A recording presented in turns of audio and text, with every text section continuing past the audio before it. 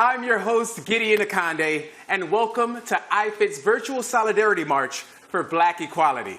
I am so happy to have you here. We have participants from all over the world, including you.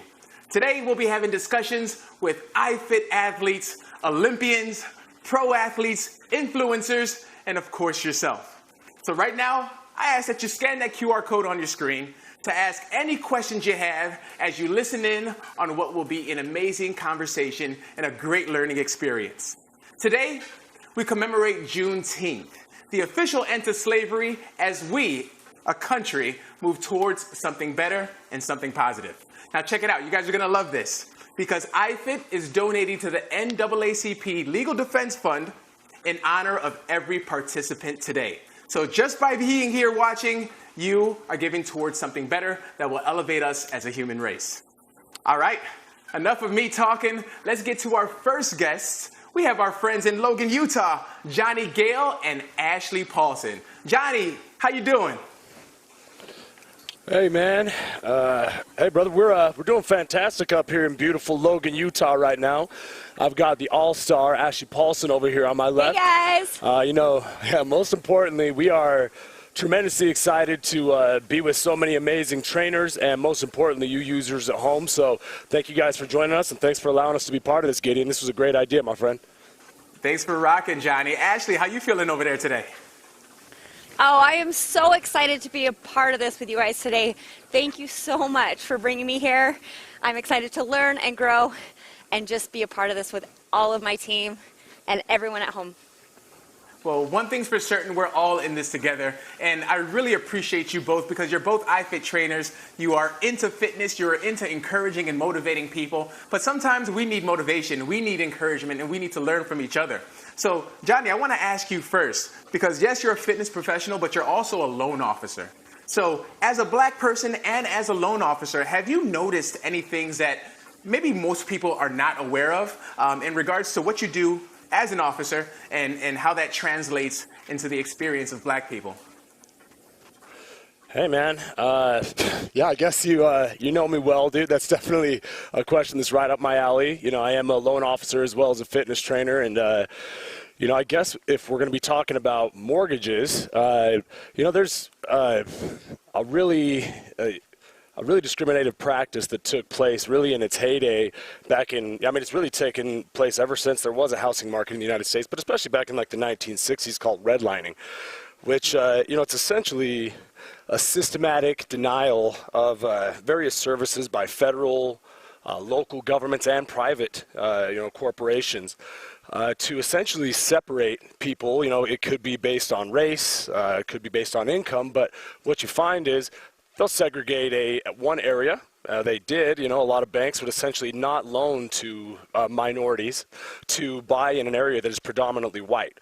And so they can do that, whether it's directly or indirectly, by raising prices or just by flat out not giving loans to people. So you could have an individual, a white individual with a low income who gets a loan versus a minority individual with a medium income, and they're denied that same loan in that area. And so redlining is a practice that has been tremendously discriminatory, and I have to say, from a hopeful perspective, that a lot of measures have been put in place to keep loan officers like myself from discriminating, against people for anything, whether that be age, race, or income level.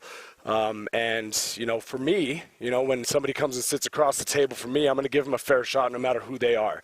But that doesn't mean that that discriminatory practice doesn't still exist. And I think that just like the fact that we have this opportunity to speak about race with one another, there's a virus in this country, and it's not COVID. But in this case, we defend ourselves against COVID with a mask, but I think the way we defend ourselves against this systematic racial injustice that's taken place in this country ever since it was a country is by doing what we're doing right now. You know, just being able to sit down and talk about it in an open forum where there's no judgment, and, you know, especially for all of our users at home, we want you to have the ability to just, you know, toss questions out there, and you're going to get a non-judgmental answer back from all of us. So, you know, I think there's a lot of hope for the future. Redlining is something that is being pushed out, but, you know, I think once again, you know, the fact that we're having these conversations, that's our mask against this virus that is racial prejudice. Indeed. Yeah, thanks for sharing that, Johnny. And it's very interesting to hear that insight, and especially from somebody who's in that industry. There's so many systemic issues, and sometimes prejudice isn't overt. Sometimes bigotry isn't in your face. Sometimes it's behind closed doors. It's written in word on contracts, and as a result, it manifests itself in ways that are discriminatory. So thank you for sharing that insight, man. I really appreciate that. Absolutely. Ashley, got to check in with you. Now, as a mama of beautiful babies, I want to know, like, as you are watching all of these things unfold, you not being a black person, but now starting to see even more and more the plight of the black person in America, what have you been taken away? Have you learned anything? Have you been shocked by anything? What does it mean to you as you digest it all? Oh my gosh, yes, I have learned so much in the last, month, Gideon, about how blind I've been. I've got 4 kids at home, and how much I've been teaching them about racism. Just because I teach them to love everybody, I have not been doing enough on my end. And that's a question I wanted to come ask you. What's the best way to teach our kids about racism? Yeah, that's a very, very great question. First off, I'm not a parent, so I don't think I'm qualified to tell anybody about raising kids. However, I will say this. Yeah, it's very important to understand these things, and it's very important to talk about these things. I think what happens a lot of the time is that when you are at home and you're sitting at the dinner table, if it doesn't affect you in your face and indirect, well, most people just kind of brush it under the table. But right now, we need to start looking at what's happening on television. We need to start looking at what's happening in our streets and having those discussions. So our children know that some of these behaviors are not warranted. Some of these issues shouldn't be happening. And as a result, this is an uprising of people being oppressed for so long, and educating ourselves on why this has been happening so that the future doesn't repeat itself.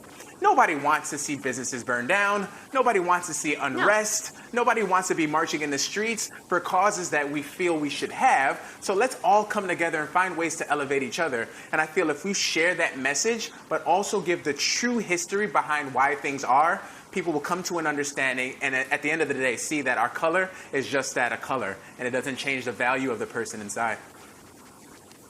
I love that. Thank you so much for sharing that with me. It's something that I have been really passionate about the last month, to teach my kids and to educate them a little bit more.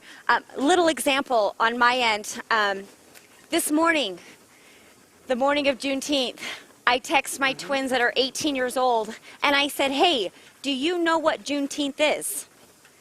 And I put it in a string text. We're all together, and they had no idea. That right there shows that I have not done my part on educating. The schools have not done their part on educating. Why is this not a holiday celebrated that all men are free at that point? In fact, I just got chills thinking about it. It saddens my heart that I had not taught them about more on that end. But now I'm aware, and I am going to do my part to teach my kids, not only educate myself, but educate the next generation. So thank you so much for sharing and being so open to us, like throughout your social media the last month. I've been watching you and following along and learning and doing what you have asked me to do a month ago, educating myself. So thank you. No, the pleasure is mine. And thank you for sharing that, because I think a lot of people miss the point. When there's protests, the main purpose of protests is to bring awareness, because there's a feeling that a lot of people don't know. So protests and uprisings aren't necessarily to point the finger at anybody, but it's to say, like, hey, maybe you didn't learn this, maybe you never experienced this, maybe you didn't know this. This is what my situation is, and I want to make you aware so that you can see what the injustices are. So yeah, I understand how you may have felt like in some ways you weren't adequate or equipped to educate your children, but chances are you didn't learn it in school. Our schools don't teach certain parts of history, right? So there's a lot of information that we have to gather on our own. And during this gathering process, during this communication process, having a chance to converse and hear each other, now we can start to learn and now we can start to grow. So I'm glad that you're taking those liberties and sharing that with your family, the same way that Johnny just kind of shared some of the back practices. Absolutely. All right, we have a question. I want Johnny, Ashley, stay right there. I want you to help me with this question. I have a question from someone who scanned the QR code.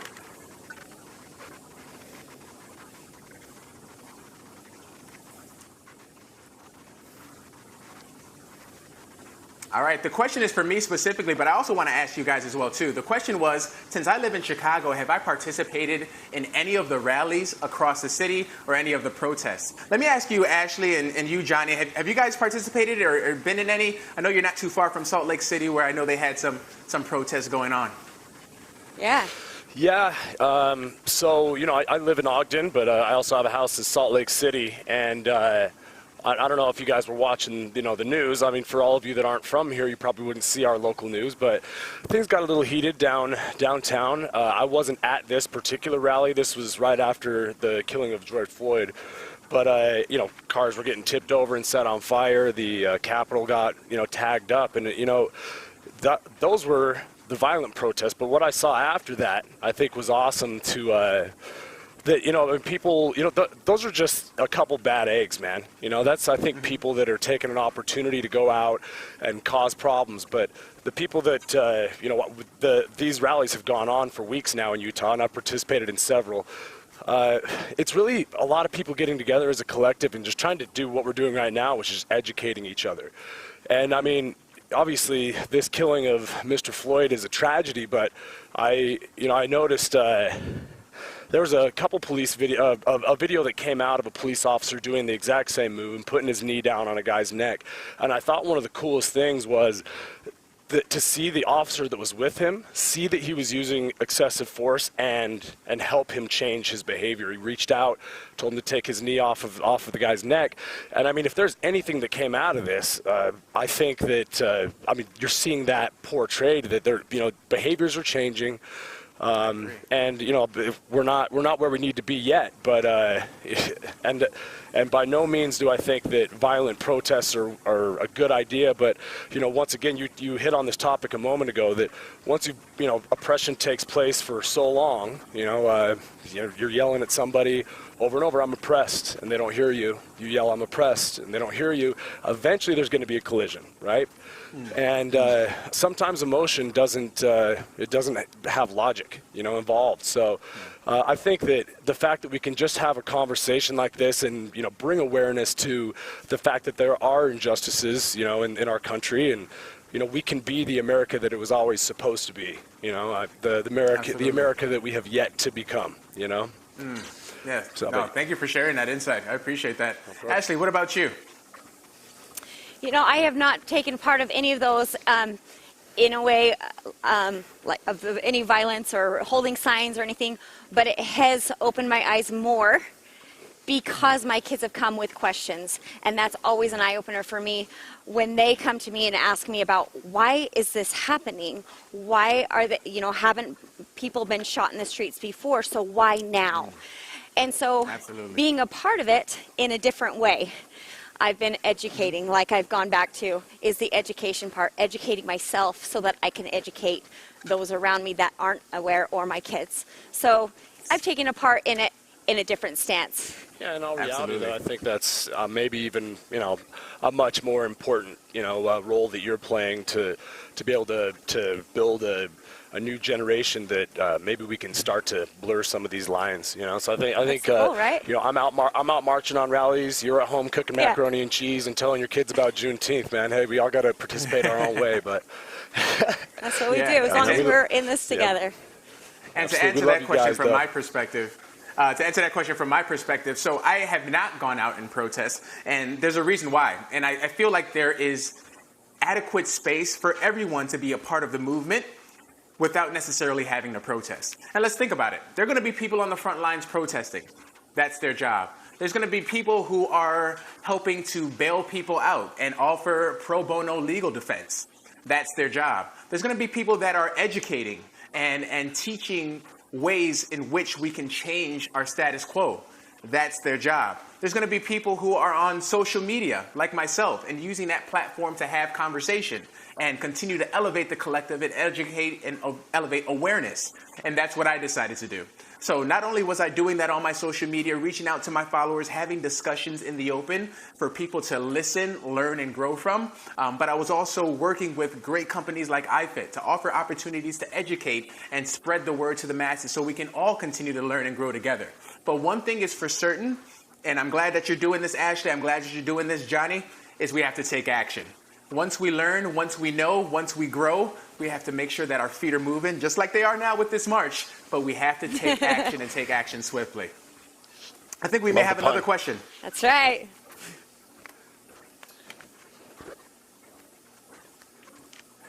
Yeah. Peel. Oh man, that is our man, John. For those who may not be familiar, John Peel is another iFit trainer. He just had he just had his first beautiful baby girl, Skylar. So congratulations to your beautiful family, John. John. Yeah, Johnny. We know you can't be here personally, but we know you're here in spirit. And this is the thing. All of our iFit community, and even those of you who are not familiar with iFit, the fact that you're here means you're part of a larger collective. So yeah, we're marching. Right. We're marching in solidarity. We're interlocking our hands, and we're going one leg at a time towards something better, towards something greater. And of course, we're doing this together. All right. Yo, Johnny, thank you so much. Ashley, thank you so much for your time. We appreciate you. See you both very, very soon. Thank you so much, Gideon. Yeah, thanks for putting this together, Gideon. Great idea. That's right. And, thanks for letting us be a part of it, you guys. That's right. Stay Much strong. Together, love, dude. much love. Stay safe. We're together. Oh, yeah. Yeah. All right, we're going to take this down south to Florida, where we have the Pump Fit Club in the house. I'm talking about Hannah Eden and Paolo Barreto. Hannah, how you doing? Hello. I'm so good. Thank you so much for asking. How are you doing, Giddy? I am doing very well. I'm glad that you're here, and I'm glad that everybody is tuning in, watching as we raise these funds for the NAACP Legal Defense Fund. Hannah, is your hair still red? Kind of. Half red, half dark. We're going into quarantine style now, you know? I hear you on that. Paolo, how you doing, my brother? Gideon, what's going on? Thank you so much for having me. Hello to all of our fellow trainers, to all of our peers, and hello to you at home. Thank you so much for hosting us, Gideon. Such classy guy and such great debate. Happy to be here, my friend. Hey, much love to have you, man. So glad to have you. So I have to ask you a question. I'm going to start with you, Hannah. So with your studio, you are all about community, and you guys do an amazing job with that. And you always have so many different initiatives, so many different goals, so many different projects and just different challenges to take a part in. How are you able to stay true to what you're doing with what your offering is while still supporting ending racism and supporting the Black community? How are you able to intermix those two while still staying true to yourself and not having it feel forced?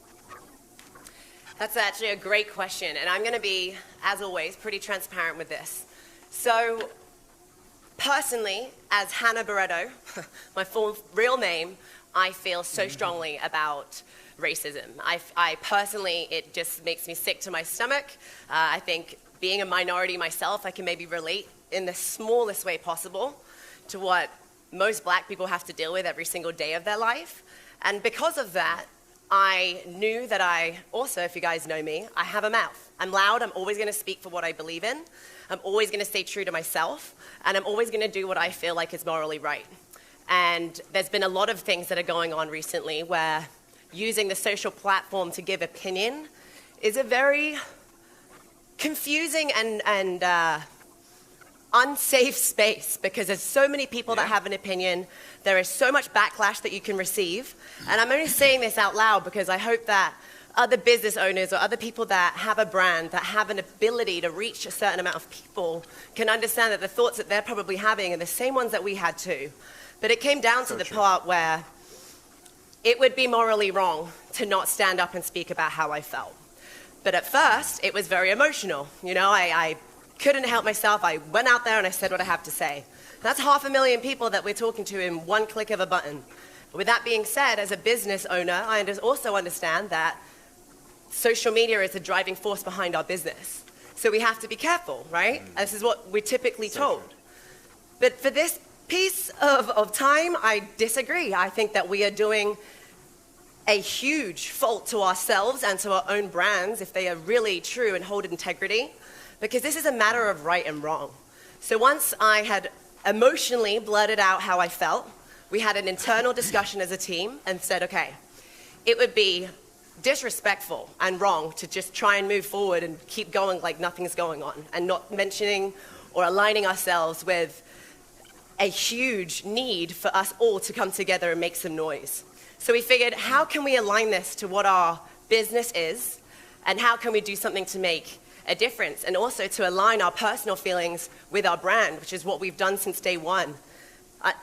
We've never had to face such a controversial matter, I guess, publicly till now. So we know that we needed to make wise decisions, have a thought out plan, and not just act irrationally. So we decided to get together, take some time to stay quiet, like Ashley was saying, and educate ourselves, because immediately I think that all of us need to be a little bit more open to learning and a little less kind of like checking our egos to the side, because we don't know it all. Yes. And unless we really educate ourselves or inform ourselves, I don't feel like any of us have the right to have an opinion until we do that. But what I do feel like as a social media influencer, that I have an absolute responsibility to use my platform to do something with, other than getting likes and comments, being recognized in the fitness space. That's not why I started this journey. This journey was about community. This journey was about opening up a facility where we hope and dream that what we feel as human beings, we're able to just spread or shine or rub off into the people that walk into our doors or that come in contact with us. And we hope that together as a community, we're surrounded by a like-minded people, right? That's what community is. There's usually one common theme or one common goal that is bringing people together, which usually is full of like-minded people. So we wanted to make sure that whatever message we spread was powerful, whatever message we did would align with what we're doing, so it wouldn't come out of the middle of nowhere and people wouldn't almost support it. So we decided, how can we align movement to be our voice? Movement has allowed us to get our social media following to where it is. Our movement has drawn so much attention to what we do, so why would we not utilize it to try and help this cause that we strongly believe in? And I took some time, just for some stats and some numbers here, I took some time to not post. I felt as though I'd said my piece, and now I feel like it's wrong to try and dilute the message that is at hand right now through social media. So yes, we had a lot of things planned. Yes, we had events and marketing deals and campaigns that we were planning on releasing, but they can wait. When is the next opportunity going to arise when the entire world has been forced to stop, been slapped in the face with what is going on right now, and actually have to take action? And if you don't take action and you have a reach that is large, then you're not doing your duty as a leader. So we made a challenge that aligned to what we're doing. We have a goal to raise money, but most of all, we're offering resources that we've read ourselves. We've been reading, we've been listening, we've been open to discussion. And at first it was scary because I was posting my personal opinion, which usually I try and stay neutral. And rather than force opinion, I usually try and just give resources to allow people to create their own. But the conversation that this opened on my comments, on my page, were shocking. And at first I'm like, what have I done? And then I had a conversation with Paolo, and he's like, absolutely not. This is exactly what we need. We've been able to avoid these uncomfortable conversations for so long, which is why we're still in the place that we're in. Let's use this space, use your platform to allow uncomfortable conversations to have, to see differing opinions. And I mean, it was a tough decision to make. It hasn't been easy. We are receiving backlash, but I know that I can go to sleep at night knowing that I'm doing the right thing for what I believe in, what Paolo believes in, and just across human race is the right or wrong thing to do. So that's kind of where we're at. We are doing our best to give everything that we can to try and help and support this movement. We're so proud of you, and we're so proud of this entire team by taking action, because we can all speak, but action takes a lot more. And I hope together we can make a change that can actually change the future of our history. Amen to that. Hannah, first, thank you for all the work that you're doing, because as you explained it, it's very clear that you and Paolo have undertaken a personal journey. You've taken a personal journey to understand. You've taken a personal journey to educate. You've taken a personal journey to influence. And you're doing so despite all the backlash that you may receive or halting your business and that growth. You're taking a selfless stance, which is very much needed. So the fact that you are standing boldly with a system that's going against people that need to also be supported, to stand with the Black community means a lot, because you don't have to, but you know that you're supposed to, and you know that it's right. And one thing that you said to me that was amazing and that really hit home with me is, it's not a political issue. This is a right or wrong issue. And you can go to sleep at night because you know you're doing the right thing. You're standing up for a people that need that support and that have been marginalized and discriminated against for the entire history of this country. So kudos to you and Paulo for what you guys do and what you guys are continuing to do. And just to Paulo, chime into that point real quick before I hand it over, I think that's something else that is extremely important that we hear with what you just said. It's a matter of right and wrong, right? But in a world or a system where we're raised not knowing and we're avoiding or throughout our history books and all of our education throughout school, if we're not taught what has happened over time, how can we empathize? And that's how I sympathize for people that are super loud about how all lives matter. Of course all lives matter, but that's not the conversation at hand here. You know, if we were all informed, even with children, I keep watching documentaries on kids in these minority areas that have to go to school where they're not receiving the best education. They've got horrible environments to go to school in, and yet they've got chains around their doors when they go to school. They have to walk through metal detectors, all based on where they live and the location that they are, based on, back to Johnny's point, probably the redlining. So everything is connected. No, it isn't political, but it's become political now because the beauty of human beings and these young children that are so powerful, that have such a voice, they understand right and wrong. And if our children or our future children are going to be the future leaders to be able to take change or make change, they need to be informed so that they can empathize with what's going on, to understand over history, this was right, this is wrong, I need to take action to do something about it. But it's so easy to be raised in a system and just avoid it, and not ever have to deal with it. That is very true. Starting from the bottom up, man, kids know right from wrong. And they're intelligent too, and they can make a huge difference. Sorry, babe. You are absolutely right. And it all comes back to education, to your point. Whether it be the education system or us stepping out of our comfort zones, educating ourselves, and despite the society and the societal norms benefiting us, still doing what's right, still doing what's appropriate. All right, Paulo, before I get to you, I know we have a question, so I want to get that question in first. Let's do it.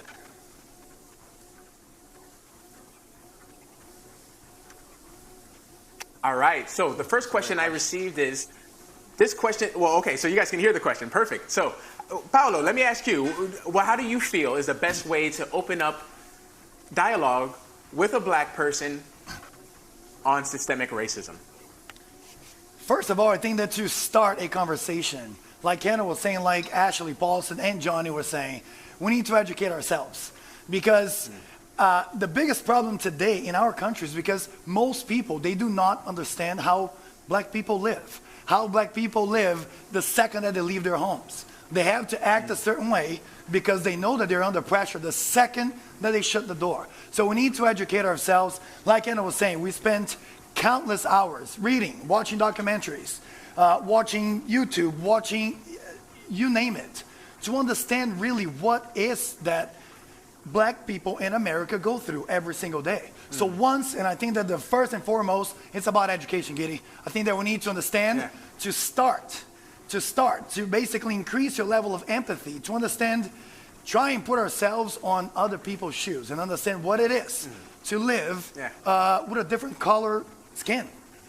What do you think? You know what? I agree with you 100%. And I want people to think of, I want you to think of it a different way. I want you to think of, because the question was, how do you ask a Black person about systemic racism? And the tough part with that is, if you're asking me, especially at this time, it's a fresh wound. It's something that I'm dealing with right now. And even though I'm walking on this treadmill, I'm smiling, I'm trying to educate and be engaged with you, I'm not going to lie. As a person, as a human being, I am hurting inside. So for me to continue to have these conversations at this pace while the wound is still so fresh is really, really challenging. So going up to any person and just sitting down, and even though your intentions are great and start to dig into a wound that's fresh with somebody who's going through a traumatic experience, as most Black people are, it's really, really challenging for us to be able to gracefully respond the way we want to and the way we know we could and should.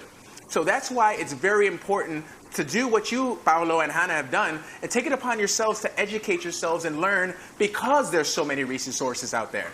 I'm not saying I don't want to help, but sometimes the conversation is so emotional, it's so heavy, and it's so fresh that it's a challenge. So if you know that there's resources out there, there's books, you can run a Google search, you can turn on Netflix or whatever you need to do to get that education, take that time so at least when you're ready for that conversation, or anybody who's open to conversation with you, you have a great basis and a foundation of education, of knowledge, and you're asking questions from a more elevated place. So hopefully that helps out a little bit.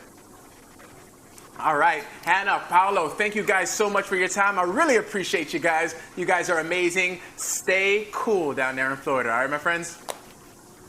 Have a great one, Giddy. Thank you so much for having us. Thank you. It's been a pleasure, buddy. Much love. All right, we're moving on to Dominique Blake in Arkansas. Dominique, you there? How are you?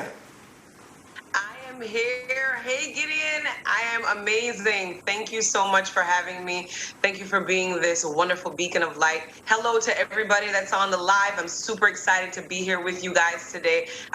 What a wonderful way to spend Juneteenth. So I'm blessed, I'm grateful, and I'm excited. Despite all the things that are, happening in the world, I'm one of those people that choose to look for the good in every single situation. I love it. And what a time to be alive. This is a dope revolution to be a part of. So that is so true. Hey, everybody. Yes. And by the way, I know some people may not know exactly what Juneteenth is. So let me talk to that, and feel free, Dominique, to add in anything that you'd like to. But Juneteenth essentially is June 19th, 1865. Yep. And that exactly is the day where the last group of slaves in Texas were informed that the Emancipation Proclamation has been passed, meaning that there was no such thing as slavery in the United States.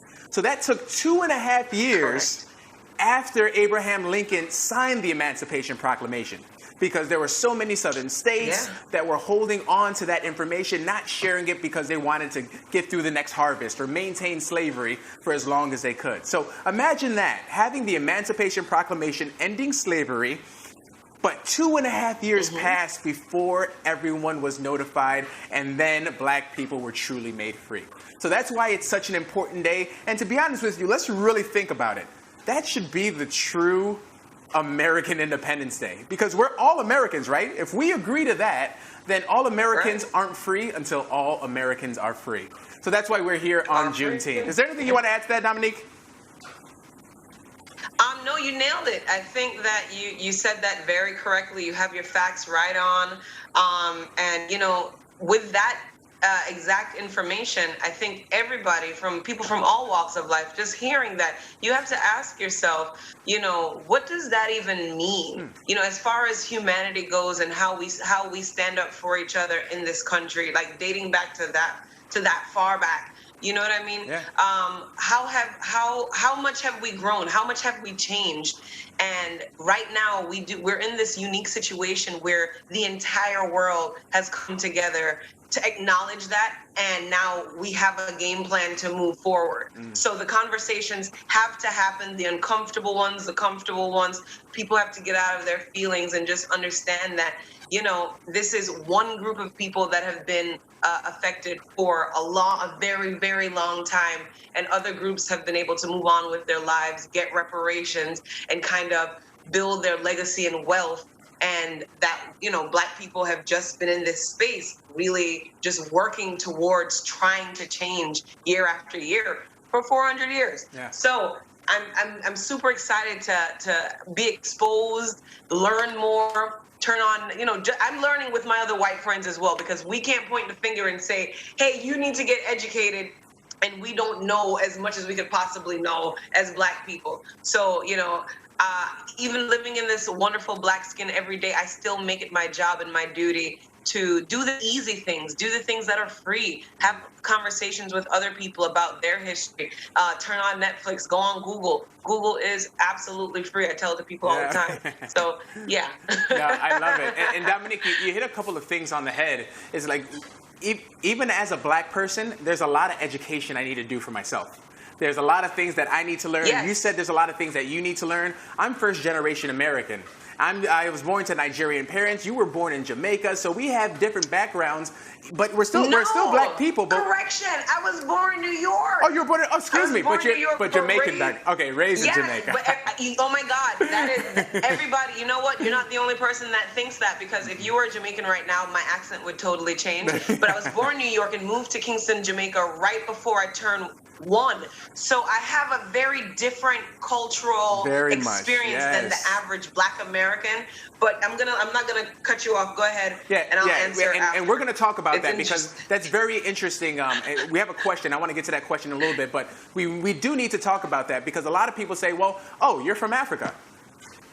Yes, but when I come into this country, when I stand on the streets of my city, I am a black man. I am a black person. My origins don't matter. The fact that I know where I came from or didn't know where I came from do not matter. The fact that I have money or I don't have money does not matter. The fact that I'm left-handed or I'm right-handed does not matter. We're going to talk about that in a little bit because I know you have a very eclectic background in terms of places you lived. But first, let's get to this question.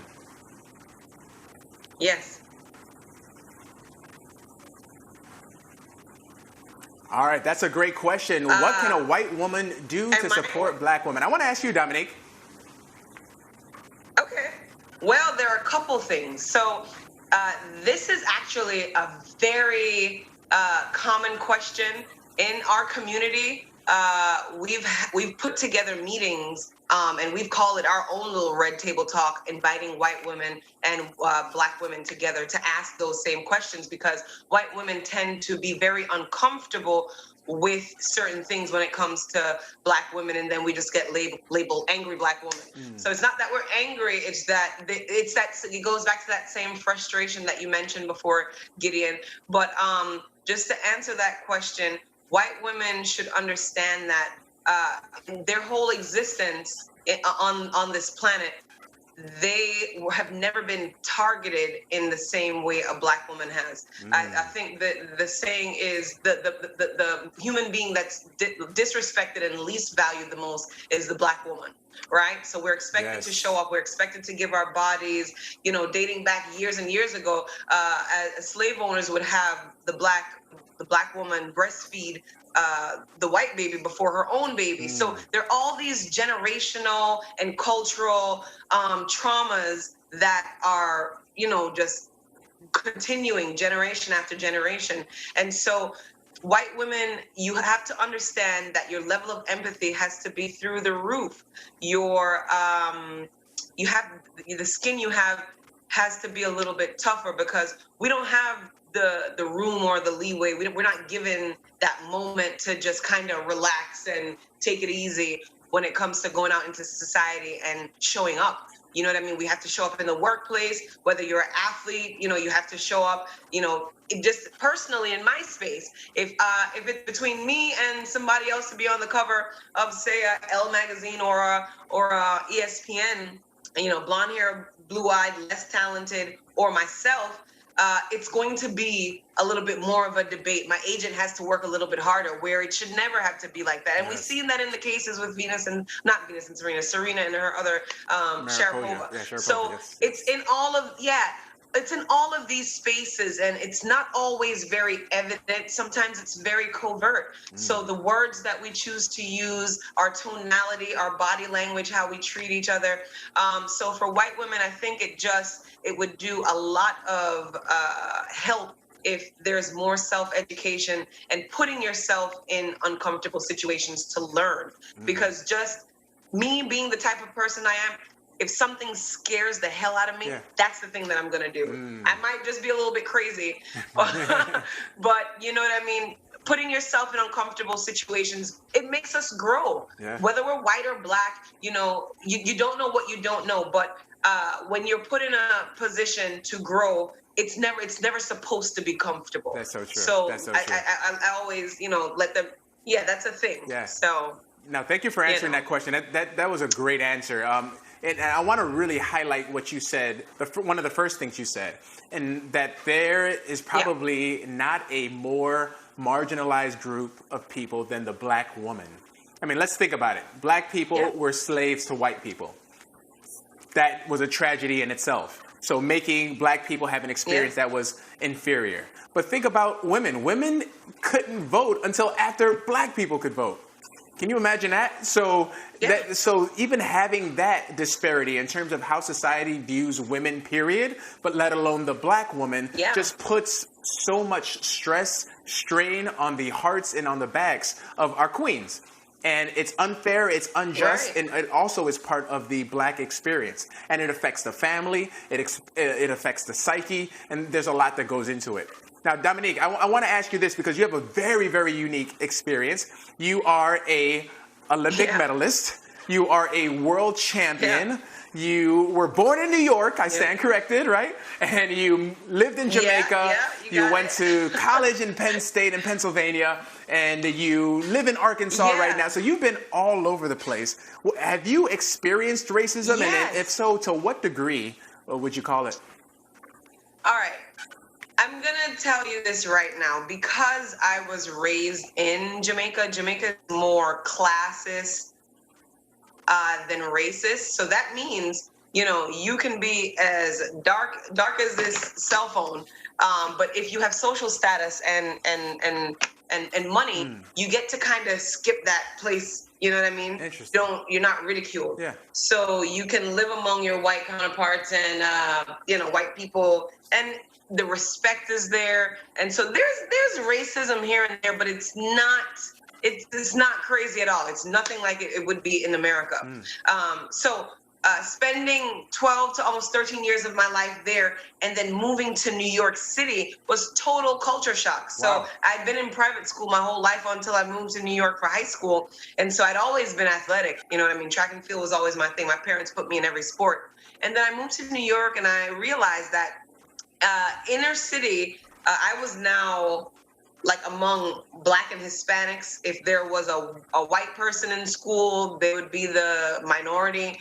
And so, you know, I kind of stuck out because living in Jamaica, we were all one. You know, I did not understand what it meant to kind of point a finger at a person because of their color.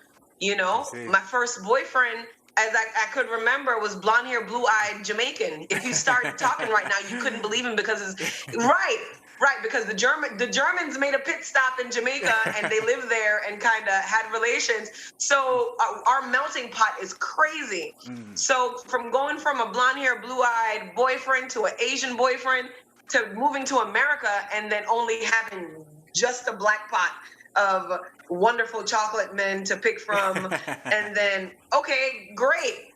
Now, so you have to understand, so the psyche behind that, me not understanding how serious racism was, and then going to Penn State and then hearing about, you know, people being lynched and understanding more, because now I'm older. Now I got to college when I was 17, 18.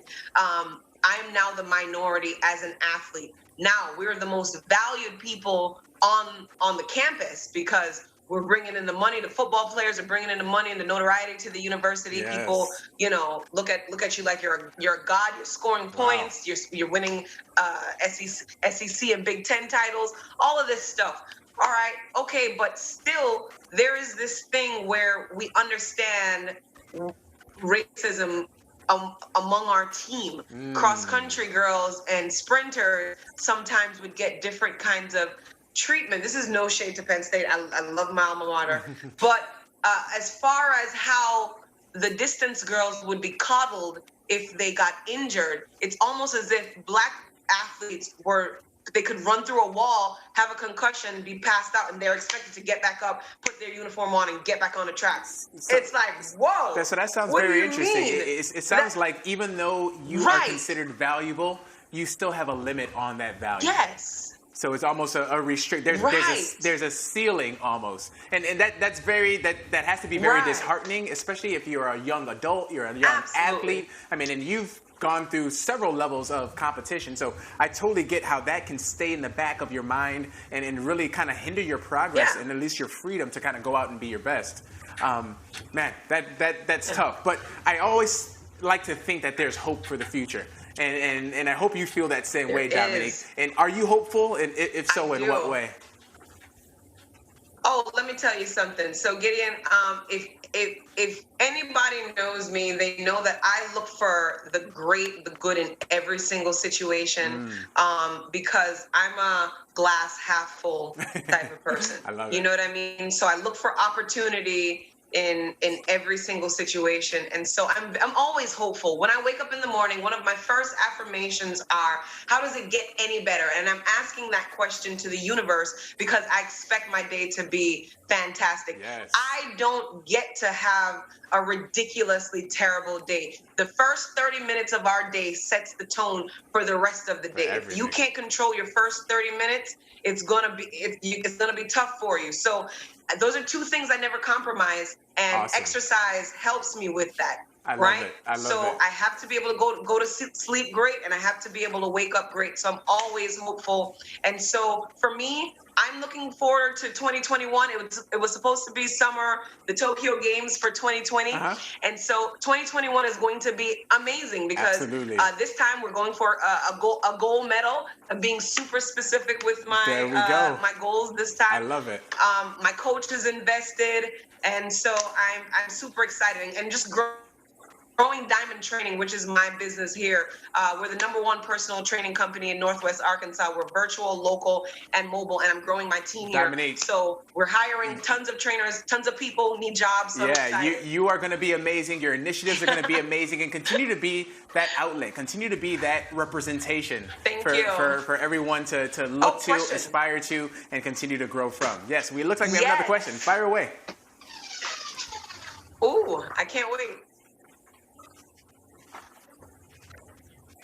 Great question. The question is how... Is that for me or Gideon? We can both answer it. The question is, how does the NAACP help, and how does it continue to help? Well, the NAACP stands for the National Advancement of Colored People. And the great thing about this organization, especially with the Legal Defense Fund, is that they invest in education, they invest in advocacy, and they invest in awareness for the plight of colored people, specifically black people. Now, I also want to talk about the difference between black people and colored people, and I want to keep this flowing, but when you hear the term black person, some people are not sure if they should say that. Like, that's a black man, that's a black woman. Is that offensive? Is that not offensive? Or maybe they prefer African American or person of color, but maybe I shouldn't say the term color because that wasn't a racist term. So I can understand that there's a lot of confusion when it comes to that. But and you can chime in at any time, Dominique, but when you're referring to a black person, you're referring to a black person, meaning somebody who may not necessarily know their ancestry in terms of where it traces back to in Africa is what you may call an African American, somebody who has lineage that comes and traces back to the South or being in America at a time during slavery. Is generally what you would refer to as a black person. But at the same time, too, feel free to use that term for anyone who falls into that category, despite where you know where they're from. Now, if you know that the person is actually from Nigeria, like myself, well, you can call me a Nigerian American because my roots trace to Nigeria and I'm American. Now, if you're referring to a person of color, that can mean a number of things. That can mean our Latino brothers and sisters. That can mean our Asian brothers and sisters, in addition to black brothers and sisters. So you're really widening the gap there. But at the end of the day, let's be very clear. We're the human race. Right? All of those colors and all of those differentiations are just that, just to separate us. But we don't need that. We don't need to acknowledge that. We can acknowledge and respect the fact that we're human, the fact that we all hold inherent value, and that value is the same. And once we come to understanding that and start to wipe away the stereotypes that have been made in our mind through society, through movies, through media, that's when we'll truly start to feel and see that we're all on the same playing field. Oh my God, you answered that so beautifully. Thank you. Dominique, I appreciate your so insight. much. Continue to do what you do and knock it out. We'll be watching you for the 2021 Olympics, young lady. Make us proud. Thank you so much. Thank you for the support and the love. Thank you guys for being here. We'll see each other soon. Yes, Dominique, you are awesome. We are now going to the East Coast, Philadelphia to be exact. We have my homegirl, Fabiana Ferrarini. Fabi, you there? Hey, bro, what's up? What's up? How you doing, my friend? I'm so glad that you're here marching with us and continuing to support and provide this awareness. Everything well with you and the family? Yes, everything is well. Giddy, I want to thank you for, allowing me to be part of this amazing, amazing project. And it's truly an honor. I truly appreciate you. No, the pleasure is mine. I want to thank iFit again for putting this together. iFit understands that we are at a very pivotal point in our history as a country, and they want to be part of that move to elevate us all as a collective. iFit has grown an amazing fitness community, but that's just a microcosm of the grand community, which is the human race. So thank you to iFit, and again, thank you to you for being here. So Fabia, I got to ask you, you are not a black person, you are not a white person. What's your background, young lady? So my parents are both from Honduras, but believe it or not, I have taken the time to truly research and educate myself on, my ancestry and, where my family truly came from. And I discovered that I am a quarter Nigerian. Oh. And which is like super, yeah, isn't that insane? It's like, and it's super exciting. So if it's one thing that I've learned from, our current situation is that we really need to sit down and educate ourselves.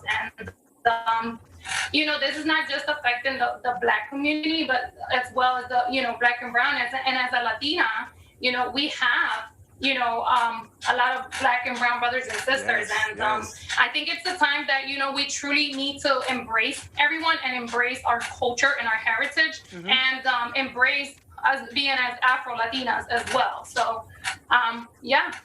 I love it. I mean, and that's the thing too, like our melanin, our complexion are things to be proud of. And so often throughout the history of America, and it's a sad history, but it's one that we're all working towards to improve, is that the color of our skin and our melanin and our complexion has always been looked at as a negative. I mean, and let's identify skin for what it is. No matter what color skin you have, it's just that. Like, it's just skin. When you cut it, it bleeds, it heals. It's just the covering for your muscles, the tissue in your bones. Like, it's just skin. So we tan, right? And sometimes we lighten up in the winter. No matter who you are, it's just skin. So the fact that we discriminate on that is pretty silly when you break it down like that. But I'm glad that as a country and as individuals, we are collectively doing something to change it. So, Fabia, I have to ask you, as a Latina from Honduras with 0.25% Nigerian in you, have you experienced racism, or does that not really happen for people of the Latino heritage? No, and you know what?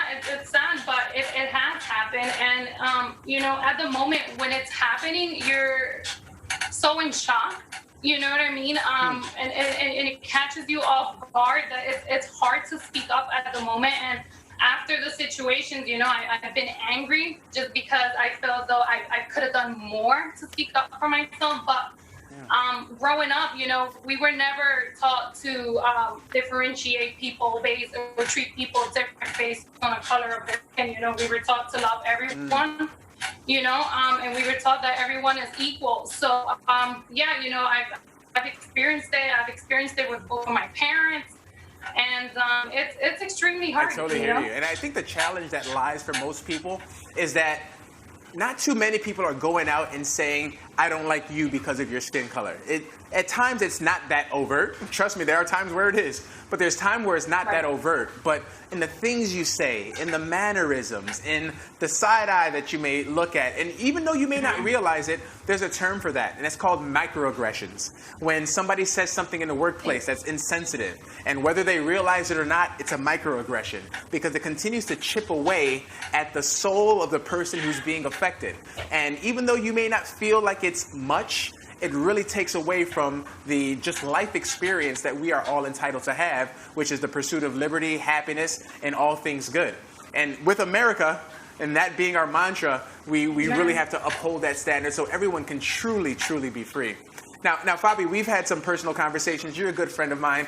You were telling me about something that happened to your son and a question that he asked you that just really shook me to my core. Do you mind sharing? Yeah, so as you guys know, my husband is half black and half white, and it's crazy because we have two biological kids together, and one is very, very light skinned and the other one is very dark skinned, which tends to happen a lot with mixed children.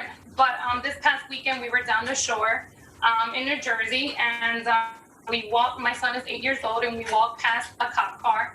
And, you know, he got very scared, and he held my hand really tight. And I was like, hey, what's going on? You know, like, are you all right? And he's like, Mom, like, what about if they shoot me, you know, because of the color of my skin? Wow. And, you know, as a mother, it was very emotional, you know, because like I said, the same way I grew up, there was no, you know, I wasn't raised to look at anyone for their color of skin or treat them any different. So to have this conversation in 2020 with my 8-year-old was very, very emotional. Oh my goodness. You know, was very emotional. And yeah, and you know, I feel like as a mother, you know, our job is to build up our children, you know, and it's to teach them to be confident, you know, and you know, and I looked at him in his eyes, and I gave him a very tight hand, and I was just like, you know, you have beautiful skin, you know, and you're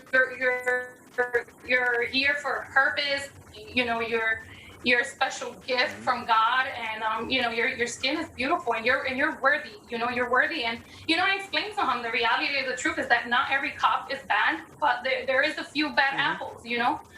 But my job as his mom is to protect him and to continue to educate him. So true, so true. And I'm glad you took that time to really allow him to understand that he is valuable, that he is worthy. And it's interesting because he is not a black boy, you know, in terms of like the way he may look or be normally categorized. He's not a black boy. But at the same time, at that age, at that young, tender age, he understands that in our country, there is a prejudice against people who look like him or people that are darker than him. So if he's able to understand that at that age from what people may say or what he's seen on the news or what's conveyed in movies, then it really lets you know what the underlying undertones are of America. And I agree with you. I don't think all cops are bad. I have friends who are police officers, and as protests were going on in Chicago, I would text them to make sure that they were safe and they were okay. I know their families, they're friends of mine, I've known them for a very long time, right? But it's not about the person necessarily. I think there's a lot of underlying issues with the structure and with the system that need to be adjusted. So it's about really reforming and understanding where we can change things about our society in general, so that we can all live free, so we can all enjoy that liberty. I have to ask you, Bobby, before we break, are you hopeful? You know, Giddy, I am extremely hopeful. I'm loving what's happening in 2020. I feel like, you know, we've been awakened. I feel like people are confident and determined to speak up, to be bold, you know, to be fearless and to understand that like enough is enough. I think it's a beautiful time that people are becoming aware, you know, and truly going out of their way to acknowledge the current situation. And I feel like, you know, our job as influencers is to continue educating and using our platform to be the voice. So I'm extremely hopeful, and I know this is only going to get better. You know, we're not stopping. There's so much work we still need to continue doing, and so I'm just truly looking forward to building a better future for our Black brothers and sisters. I love it. I love it. Fabi, I love you so much. Thank you for joining. Thank you for walking and marching, helping build awareness. Continue to do what you do so amazingly well with your Queen Warriors and your online tribe, and continue to spread the word. Let's get it out there, and let's get people to really feel it in their hearts so they can start taking action. Much love to you. Say hello to the family, please. Thank you so much, Giddy, and I want to thank the iFit family as well for putting this together for you. I truly adore you, and this is amazing. Like I said, let's continue working together. Let's do what we can, and let's continue to move forward. Absolutely, and continue marching, y'all. Remember, all of you who are watching, all of you who are participating, iFit is going out of their way and doing what we know that they would, and supporting the Black community, supporting this cause by going ahead and donating based off of your participation alone. So keep marching and continue to raise those funds just by being here.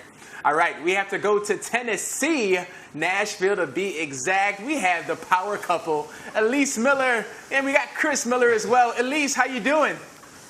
Hey Gideon, how are you? I'm doing great. It's so nice to be here. It's such an honor to join iFit and to join you. I miss seeing you in person, but thanks for having us. I am so happy you're here. Thank you for rocking. Chris, how you feeling, my man? Oh, I'm good, man. We just been here riding and listening to some great dialogue. Love what I'm hearing here. And, I'm just honored to be a part of this. And it's just such a privilege to join you here. I've been watching some of your stories on Instagram and just want to thank the iFit team at Icon Fitness there just for allowing this platform to do this. It's so important right now, Gideon, and we're just happy to be here. I love it. I love it. Again, I'm very glad that you're both here. Chris, I'm actually going to start with you. So, Chris, we're now kicking off hour 2. We're marching strong. Everybody is moving. And you come from a very interesting perspective. And what I mean by that is you have experience in television. You're a news anchor. You are providing the stories. You know what it's like in terms of what's provided and given to the public. Have you noticed anything along the racial lines of the presentation of stories or just your experience in the industry? Yeah, man. I mean, always. This is a critical issue. It's a critical time right now. We have to be very careful for the way that we pass our messages along. And, we live in the South here, so some people don't share the same opinions as other people, and they will let you know that when you're on the air or when you post on social media. So it's important for me, it's important for someone in the media to remain objective and unbiased. This is a movement that's something different. This is about freedom and equality, and that is what the media exists for. We are designed, the whole point of this thing that exists is for us to give a voice for the people and to provide that. And so, I've been right on the front lines of this. I've been working downtown at some of the protests that happened weeks ago in Nashville. We had one that turned violent. The rest of them have been mostly peaceful. And there's been some awesome, positive dialogue here in Nashville. It's just been a real privilege to kind of pass it on to everybody. And we have an important position where the way that we communicate things can be perceived in certain ways. So, and I know I said that, but the important thing is to be able to make sure that we're interviewing the right people. For someone like me, a reporter or an anchor, when you're interviewing someone, you have a tendency to want to talk to someone who looks like you, who acts like you, who may have the same beliefs. They're an easy person to talk to. But for someone like me, it's important for me to choose someone else to talk to, someone who looks different, someone who has different color, different ethnicity, a different background, who can give us a completely different perspective. Or, in most cases we find, they are very much like us. And I think that that's the important takeaway for all of our viewers here, is to realize how much we all have in common. And that is a privilege that I have, and I look forward to doing it every morning here in Nashville. That is awesome. You know what? Thanks for sharing that, Chris. It's a very interesting perspective. I'm curious, throughout the course of your career, and you'll have to refresh me on how long you've been in the industry, have you seen your views change or how you understand what media presents change? Has any of that adjusted over the course of your career? Yeah, I mean, it certainly has. Moving here to the South has been a big part of that. We're from the Western United States. I grew up in Colorado. Lived in California, Washington for a while. Elise is from Arizona, from California, and it's been mostly West. When we moved out here, I realized, for one, driving downtown, there is a huge demographic difference in Nashville and Denver, Colorado, or Huntington Beach, California. There's a big difference. Yeah. You notice that right away. So the first priority I did is I wanted to make friends with people who didn't look like me, and so we could open this dialogue and this conversation. So I have a friend who is a prominent DJ in Nashville, and when I have a story that I'm working on or I'm concerned about the way something is worded, I'll text him. I'll be on the air anchoring the morning news, and I'll text my friend Seawiz and be like, hey man, what does this sound like? Does this sound racist to you? Is there a better way that I could word this? Immediately gets back to me. And so, that's an important thing. That's a shift that I've noticed just in the way that I have to communicate. And hopefully I'm doing a good job. Always, there is something that someone like me can learn. People look at, Lisa and I, we live in the suburbs. We've got a boy and a girl. We're missing the white picket fence and the dog. But, they look at us and they're like, oh, okay, so this is the white cookie cutter couple. And so we have a real burden to make sure that we are reaching out to other communities and we are introducing these different ways of life, different colors, different looks to our kids and to our family, and we're bringing that in, introducing that to our family. And so that's something we really work on as a family unit. Thanks so much for sharing that, Chris. It's so important to open up our circles and have our spheres of influence starting to broaden. So to your point, we will continue to think the way we think. We will continue to act the way we act if we're surrounded by other people who think and act the same way. It's only when we break out and introduce ourselves to something new and hear something different and feel something unique that we can actually start to have internal dialogue, which hopefully transitions to external dialogue and then positive change. Now, don't get me wrong. There's going to be some things you expose yourself to where you're not interested, and that's fine, but at least give yourself the chance with an open heart to hear the story of another, to understand the plight of another, and hopefully start to expand and broaden. Now, Elise, I have to ask you, as a beautiful mother of 2 active, healthy children, how are those dialogues and conversations, especially while Chris is on the front lines, protests are going around, is daddy going to be safe? I mean, I don't know what conversations are happening in your household, but as a mom, how tough or easy is it to have these interactions with your children? That's a great question. And really, I mean, it's tough because I'm so worried I'm going to say the wrong thing. And we've always tried to really expose our kids. I mean, we travel, so we show them different cultures, and we have friends, black friends, white friends, Hispanic friends. You know, we have all different friends. So we've always tried to expose them. But I didn't realize how much we haven't had like the exact race privilege type of conversation with our children just until, just several weeks ago when Chris came home. He was working all morning. He was working all into the night on protests and all the stories. And so our son just turned 7 just a few weeks ago, and our daughter is 4. And so I was like, oh my gosh, well, my initial instinct was like, they're just too young. I don't really need to explain it to them. I'll just say daddy's working. But I'm like, no, that's not the right thing at all. They need to know what's going on. And so I sat down and talked with our son, who at the time he was 6, and I just kind of explained it to him, and I was saying, about George Floyd, that he was shot and the skin color, and he was just like, he laughed because he was like, well, that is the most crazy thing. You're joking. That's the most crazy thing I've ever heard of, Mama. No one would ever not like someone because of their skin color or treat them differently. And I was like, wow, like that's coming from a little mind. I'm like, it's that crazy. It is crazy. And he was saying, well, I don't feel that way. I love everyone. And so part of me was like, awesome, okay, we're doing okay there. Like, he knows to love everyone. And I'm like, if we can all just take, like, that little kid even, just saying, love everyone. Like, it could just be, if it could only be that simple. I know it's not, but, so we had that conversation with him, and he still is just like, I don't get it. He still doesn't quite get why somebody would judge somebody or think differently of someone, because he just keeps saying, well, because they're different. And that's something, Gideon, that I wanted to ask you. I mean, my kids say, like, well, are they different than us? And it's like, I don't know exactly how to answer that. So I wanted to ask you, Gideon, what is the answer to that? And also our daughter, who is 4, I don't quite know yet, like, exactly what to say to her. Yeah, and that's the thing. That's okay. Like, you don't have to have all of the answers. You don't have to have all of the solutions. But the thing is, we all have to be willing to learn. The same way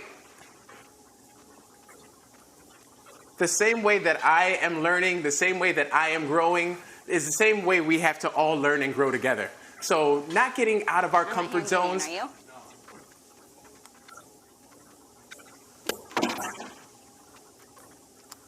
Gideon, are you there? I'm not muted, but you guys can't hear me. I think you guys may have a hard time hearing me right now. I'm going to call back into the bridge.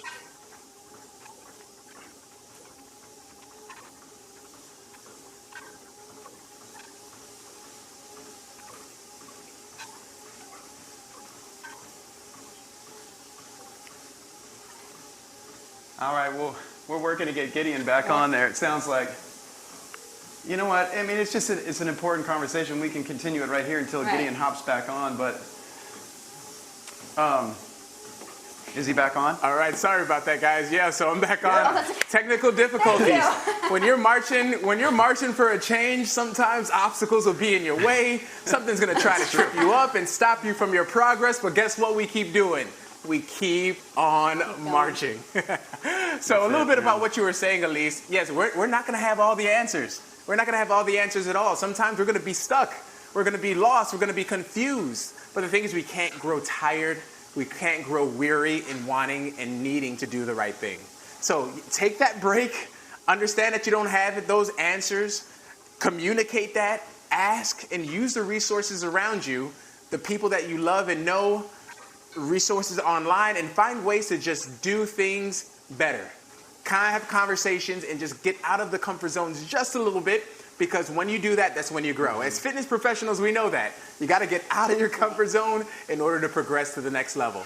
Chris, Elise, I appreciate your insight and your time. I love you guys. Thank you for doing what you do. Much love to the family. Thank you so brother. much. Hugs Thank to you. All right, we have in Redondo Beach, California, the one, the only, the lethal shooter. That's Chris Matthews, basketball coach extraordinaire. Chris, you there? I'm here, brother. How you doing? I'm fantastic. I'm glad to have you on. Thank you for taking time away from the court and all of your professional athletes to come and march with us. I appreciate that solidarity. No, absolutely. Anything I can do to help, I'm always going to be here for you guys, especially when it's about uniting all of us and everybody understanding that equality is very important in today's world. Without a doubt. So I have to ask you, as one of the best, if not the premier basketball shooting instructor, you work with the best athletes in the world. What does that mean in terms of being a black player and a black person? Does that change your experience? Is it all the same? What have you experienced throughout your career? It definitely changed your experience, but being a black athlete, like what Dominique was saying, it definitely does help sometimes water down the type of racism that certain people might feel towards you.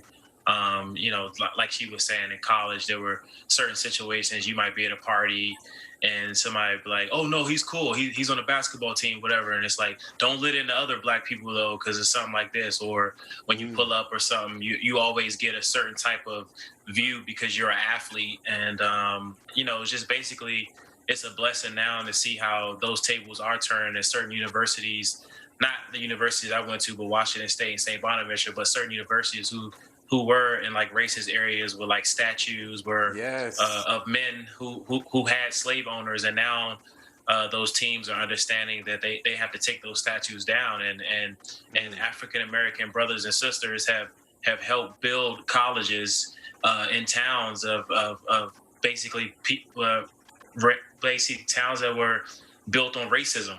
Yes. And I feel like in today's society is one of the monumental times, and I think this is a great revolution, because if it wasn't for quarantine right now and COVID, who knows if the situation with Brother Floyd it'd have been a blink of an eye. People would have been thinking about the NBA. What is LeBron about to do? What is Steph Curry going to do? What is going on? What is going on here? But what God did was he slowed the world down so we can really see what's really going on in the world. And what it did was it woke up people who were oblivious, because I had so many people that work with me in different companies that sponsor me, and they're just like, wow, I never knew this, Chris. Like, is this how it really is? And absolutely, absolutely, this is exactly how it is. And for those partners of mine and sponsors of mine to reach out to me and say, I feel your pain. I apologize because I was naive, and I apologize because we didn't hear your cry, and I apologize because every time this situation happened, Chris, we would see it, change the channel. We'll see it and cut on sports, so we'll see it and turn our back. But it's a blessing to see that just how many people are fighting for equality and fighting for understanding that the African Americans in America have been not treated the way they need to be treated, and people aren't being naive. And the people who are naive, they want things to stay the same way. And the poison that they're showing is they're the ones that are being humiliated now. Like, they're the ones in public trying to still spread racism, and people are throwing rocks at them now and bashing them and making them feel bad, when the tables were turned, when our ancestors were in the streets fighting and they were throwing rocks at us. So now it's like the tables are turning, and that's how history works, because now it's time for everybody to understand that we're human beings. And like I think one of my sisters said, like, or Gideon, you said, we bleed just like they bleed. Like, we're humans. Like, we're not monkeys. We're not all this portrayal that they tried to make Africans and blacks to be. We're humans that have hearts, that have feelings, and understand that we want to be loved just like everybody else wants to be loved. And as a black coach, there's different situations that happen to me, but unfortunately, when racist things happen, it's not cool. But since I am an athlete, or since I am a coach, police officers might be like, oh, you play on the team or blah, blah, blah, which they know they're wrong, let him go. But the whole time they know they're wrong. So if I wasn't in those type of titles, who knows what it could have happened to me. Yeah, you said a number of amazing things right there. The first one is you admitted that you have privilege, right? And your privilege comes by way of your position, the people you know, your name itself, and your just experiences through your career. And I think a lot of people are missing, especially non-black people, are missing that you have privilege. Whether you realize it or not, the fact is you don't get harassed on a daily basis by law enforcement. You don't have systems in place that don't allow you to get a business loan or a home loan. You have access to better education based off of the place where you live. So there's privileges in your skin color that you didn't necessarily ask for. You were born into it, but also be mindful of it. Nobody's blaming you for it, but it's just something that you should be aware of. And then you also said something that was very interesting too, which was the companies that you work with are now reaching out to you because they had their eyes open. And I think that's powerful because companies, especially structures, organizations, they don't move very quickly. So in order for us to see all of these turnarounds and all of these announcements and these marches in solidarity and these standing up with each other means that they truly understand what's going on. They truly understand that what's going on isn't right, and they're looking to make a change for the better, which I am all about. So some people think it's, why are you so late? My thing is, hey, as soon as you understand your mistake, let's move forward. Let's actually correct it. It doesn't really matter what happened in the past. No, absolutely. The one thing I understand is I have a lot of friends who are saying, oh, they're doing this now because they wanted us to stay with those brands. I'm more of right now, like, I'm just happy that brands are admitting that they were wrong, and people are calling out these brands, and people are calling out the NFL, people are calling out the NBA, and people are calling out companies that they know deep down inside, like you were saying earlier, somebody was speaking about the housing and how they redline. They do that with owning teams. They just want us to run and catch and shoot. But why can't we own teams? Why can't we like people are mad right now because of Kyrie, because he's standing up and saying I don't want to play. And if you see fans, majority of them, they're mad at him. Just shut up, play basketball. Why can't he fight for what he believes in? Just because you want him to play basketball because that's the reason why you love him. He wants to stand up and fight for the people that, like you said, that aren't Kyrie, that aren't Lethal Shooter, that aren't LeBron James. Because there's people out there that don't have a voice. And that's why I use my platform. I lost probably, I think Rebecca said, like 28,000 followers in a span of a week and a half. But I could care less because those are 28,000 people that are for racism. And then we come back and we gain another amount of followers more than what I lost. So like and I heard one of my sisters saying earlier where, she was saying how people in her company was saying you have to word stuff a certain way so we won't lose sales.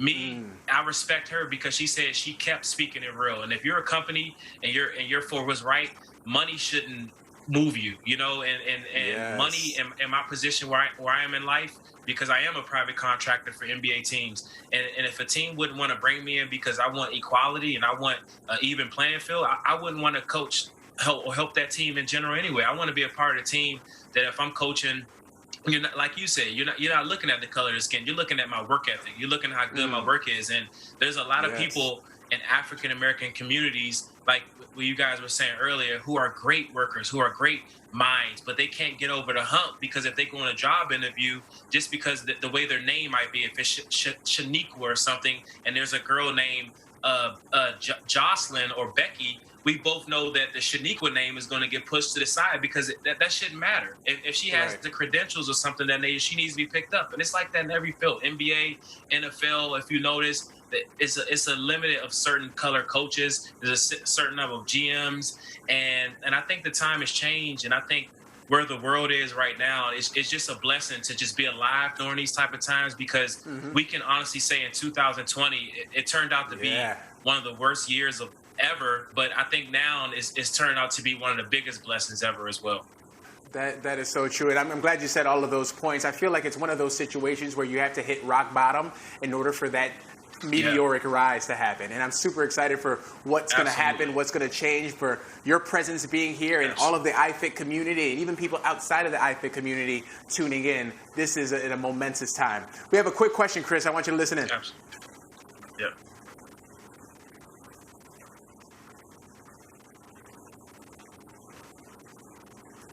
Great question. The question is it better to stay quiet in fear and just not say anything, just in fear of saying something wrong, or should you be vocal and potentially expose yourself due to a mistake? How do you feel about that, Chris? Well, everybody isn't a frontline warrior. So me, myself, I put myself in the front line. I don't mind. But the one thing about being in the front line, you have to know your knowledge. So don't post anything that you're not knowledgeable about.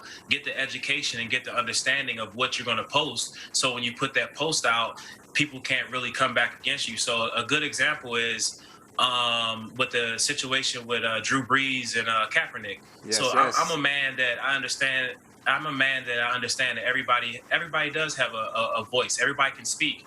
But at the time when Drew said that, that wasn't the right time to say it, because he understood now why Kaepernick was doing what he was doing. So people were saying that, why are you guys attacking Drew Brees? Why are you guys attacking Drew Brees? I didn't personally attack Drew Brees because I did a post on it as well. But the one thing I did know, that the sympathy that he showed during that time, he knew it wasn't right. That's why he came back and said what he said, because the entire world knows that every time Kaepernick was to put his to kneel during the anthem, it has nothing to do with the flag, has nothing to do with the army, has nothing to do with disrespect. But they do that because they want to water down and confuse society and make them worry about, oh, he's disrespecting the flag, but not saying, okay, this is what's going on in Chicago, this is what's going on in Los Angeles, this is what's going on in DC. Then they'll say, oh, well, he's fighting for people that are killing each other. And what people have to understand is, if you put five people in a small area and there's no resources and all those people have to get out of that area, how do they get out? You have to fight to get out. And but now what everybody understanding is, if you put the right education in the system, you put the right teachers in there, you put the right jobs in the area, you put different things, put the right recreational, so you put the right police officer in the city. Don't put police officers in neighborhoods that aren't raised in those neighborhoods. Put police officers that are born in those type of areas, so they can understand what it is to walk to a black man that's 6'4" and strong and not be in fear. And it's like, if you're going to speak on stuff, you gotta know your education. And I put out so many posts because I know and feel and I understood. So when people say something back, it was nothing they could say back because I had all of my education in the caption. So you're going to have people that. No, I'm sorry. I didn't mean to cut you off. I just really wanted to highlight that point that you're saying, like, know your knowledge, educate yourself. I mean, to your point, Chris, there's so many resources out there right now. So we can all have this dialogue. I think that so many people paralyze themselves with fear, and as a result, they stay silent. And then when you stay silent, unknowingly, you have sided with the negative. You have sided with those who are racist because you're not doing or saying anything that's going to change the status quo. So your inability to move has forced you to one side, whether or not you realize it. So even if you're saying the wrong thing, try your best to gain that knowledge, like Chris was saying, so that you actually have a basis to ask questions. You have a basis to speak from. Resources are abundant, especially at this time. There's really no more of an excuse for not knowing what's going on and not being able to educate yourself. Now, if you lived in a rural town where no information went in, no information went out, and you're only surrounded by 3 people who share the same beliefs, well, then I can argue that maybe you just never would know. But this is 2020. Information is in abundance. It's always in your face, and you always have the opportunity to learn, watch, listen, love, and grow. No, Chris. Absolutely. You hit it on the nose, and I think you're 100% right. In today's world, if this didn't wake you up, you're a part of the problem. Indeed. And again, I really want to make it clear. This is not a us versus them situation. This is not a you and them, us versus those guys, a black versus white. This is a human race elevation, right? This is a rising tide raising all ships. This is me putting my hand down and pulling up my brother, pulling up my sister despite their color so that we're all on the same playing field and we can all live happily. So if people are thinking like, oh, this is one movement versus another movement, this is establishment versus anti-establishment, that's not what it's about. Please don't confuse it. I love you. I hope you love me. Let's just all be happy together and have the same opportunities. Man, I really appreciate you, Chris. Man. I want to ask you before we leave, are you hopeful? I am hopeful because the fight that was going on for years, I think this might be one of the most powerful movements ever around the world for equality and people understanding that we just want equality. We just want we just want to be treated normal. So I think in all human history, the way the world has come together is one of the most beautiful things I've ever seen in my life. So I'm very hopeful that the change is now, and the change is I think it's going to stick. I don't think it's no turning back. I love that. I'm hopeful for that as well. My brother Chris, I really appreciate your time. Keep shooting those jump shots, brother. Absolutely. Absolutely, man. Thank you for having me. Yes, sir. Much love to you. Yo, very insightful. I always appreciate getting those perspectives from different people. I mean, we're going all over the country. We're talking to so many people with so many different perspectives. Black people, non-black people, but guess what? We're all people, right? Again, I hope you're getting the theme. It's a community and it's an effort together. Next up, we have Craig Robertson, my man, linebacker extraordinaire. You there, Craig? How we feeling, my brother? Everything well with you? Giddy, how you doing, man? Everything well with you? Good, how you doing? Glad to have you on. Glad to have you on. Yep, can hear you loud and clear. So, man, we got to talk. There we go. So you played football for a long time. Give me the history of your football career real quick. Well, I guess I can start all the way as a kid. I've been playing football as a kid. Got blessed with the offer to go to University of North Texas. Then I went and played for Cleveland Browns for a little bit, and now I've been with the Saints for the past 5 years. Awesome. That's amazing, man. And I love it. I love what you're doing. I love that you're staying with it, and you are a blessed few that can do what you do at such a high level while also raising a beautiful family and just kind of making yourself and your family proud, man. So salute to you. So as a former football player myself, I have to ask you, what does leadership mean to you, especially in the locker room? Man, leadership is everything. Just from a guy that's been a captain since high school, really. Been captain high school, college, in Cleveland, so 2 different teams. The qualities of leadership are just different. You know, everybody has certain qualities, but everybody doesn't follow everybody. You know, so being a leader, you have to be able to talk to every single person that you're in a locker room with or in a business room with. So for me, it's, you know, I'm in the business world as well as in the locker room. So I have to be able to connect with every single person in that locker room on a personal level. So that actually means taking time to know each and every person that you have around you. And just on a football, on a sport level, or in business, in a business level, you know, it takes time to be a leader. It's just not something you show up and do. Yeah, absolutely.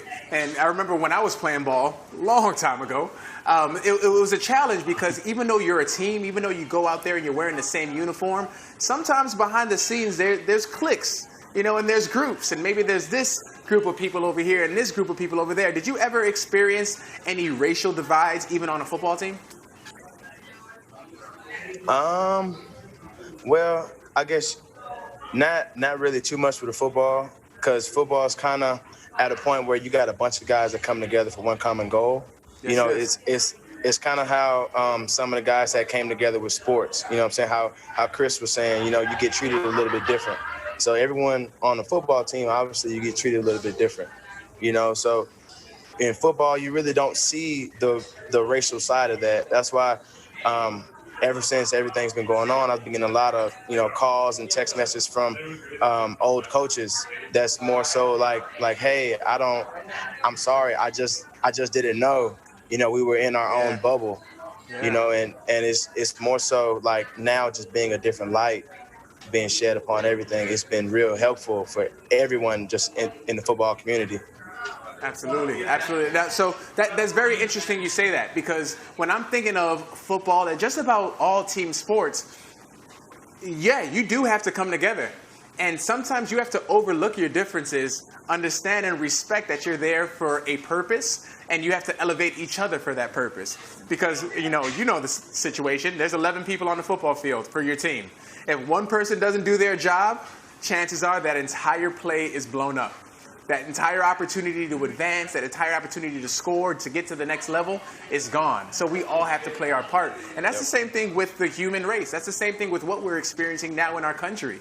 Everyone has to play their part. Everyone has to do what's right. Everyone has to support and pull the other person up in order for us to advance and move forward.